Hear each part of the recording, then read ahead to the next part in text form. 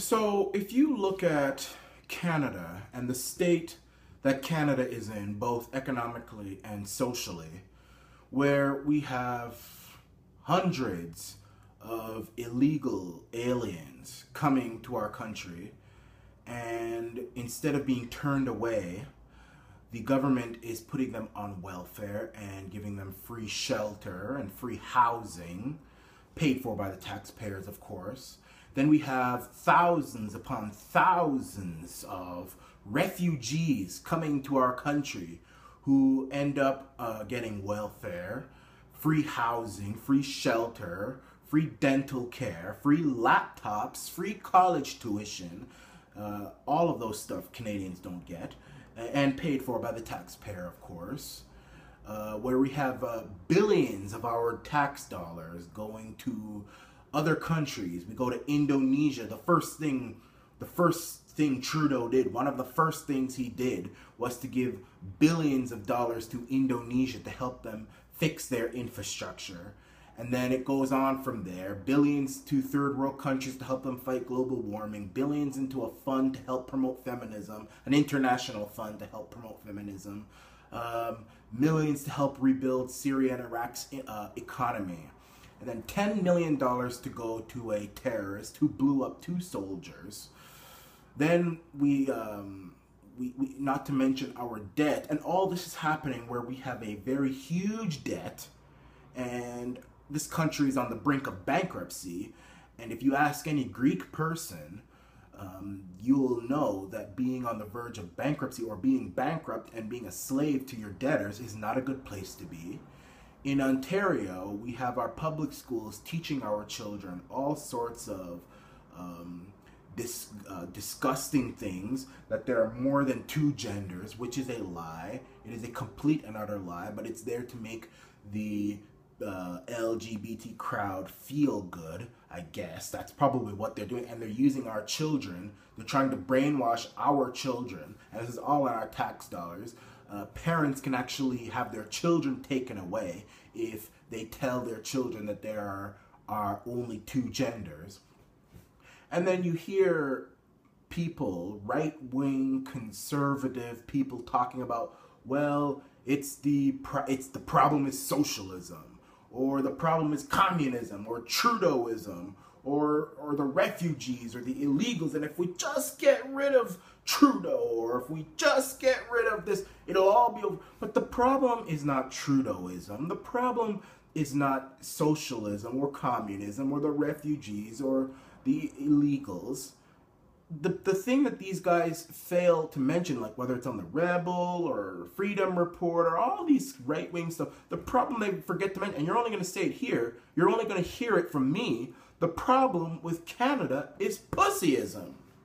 Now, Pussyism is what got all these problems here in the first place. Because without Trudeau, without us, Trudeau and all these other stuff would not have existed. But we have this fear of being patriotic. We have this fear of doing things that may be a little rough, but are right. We want to be the constant nice people, the yes men, the yes women. Oh, you want billions of dollars to help fix your infrastructure? Yes, we'll give it to you because we're afraid of being called racist or selfish or evil white people or blah, blah, blah, blah, blah. We're afraid. We're too afraid. No other country would put up with what we put up with. Not one. Greece probably put up with it a little bit, and look where Greece is right now. America wouldn't put up with it. UK, not even France, for crying out loud. Jamaica, no other country would put up with what Canada puts up with on a daily basis. And we have suffered with Pussyism for a very long time, even before Trudeau. That's how his daddy got in. That's how a lot of stuff have happened with Canada. It's because of Pussyism. We allow this to happen. We know that billions of our tax dollars are going to other countries.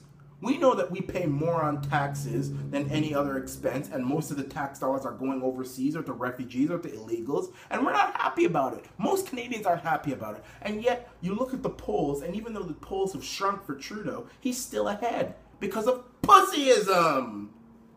And I've said that, and even conservatives, even political conservatives, I've said this about Andrew Scheer, and I'll say it again. You can say all the stuff you want about this and get rid of Trudeau, but even the conservatives have a case of pussyism, because why else would he denounce rebel media? I mean, rebel media has really not done anything wrong. I'm just saying, but it's pussyism which get Andrew Scheer, and I'm not against Andrew Scheer, for now at least. I don't have anything against him, but, you know, it's pussyism which got him out there, and fear of being called racist or blah, blah, blah, to be, oh, I denounce rebel and Israel event. When really the guy didn't do anything. It was pussyism which got Patrick Brown in Ontario to fire Jack McLaren, even though he really didn't do anything. You know, he said he fired him because of some video where he was going to, you know, scale back French or whatever. Some stupidness, which was done 4 years ago when he knew the video, but because he was afraid of what people would say, oh, he's an anti-French person, he fired the guy. It's pussy. It goes on both ways, and we have to get rid of it. If we don't get rid of pussyism, this country is over. We have to, first of all, yes, we have to get rid of Trudeau by 2019. We have to. Otherwise, it's done. It's over. Canada's finished. The only thing Canada will be is refugees and illegals. That's it. That's not even non-negotiable. But we have to. But who's to say that another Trudeau will come in, or someone worse than him? Because pussyism will bring him there. Pussyism will bring him there. If we don't get rid of it, we won't get rid of the core problem. So getting rid of Trudeau is just a band-aid. But we have to realize, yes, stopping illegals is rough. And deporting every single one of them is rough, but it needs to be done. Not giving our money to other countries, especially in the tune of billions. And using that money for our own stuff. Yeah, it might look selfish, but it's actually the right thing to do because this is our country. And many of these countries we give money to could actually be richer than us, but they have leaders who are damn corrupt and who have to look at Africa. Please, Africa could be a superpower, but their leaders are so stupid. So why are we paying for people's stupidity? That's almost like, you know, you tell your neighbor, your neighbor takes a match and burns his house down purposefully, and then we pay to get it fixed up again. No. No, let him stay there with his burnt up house. We have to get rid of pussyism in this country. Otherwise, this stuff will keep happening. And one day, Canada is going to be at a point where there's no turning back. I'm just going to say that right now. And no one else is going to say that. Nobody. They're going to say, oh, well, you know, if we get rid of the refugees, if we get rid of Trudeau, if we get rid of, you can get rid of all the stuff you want. It's not going to solve anything because the damn people are just going to find some other thing to be like, oh, yes, yes, yes, sir, yes. If we don't get rid of this, you know, everything is bad and we have to find the safe way, we're done.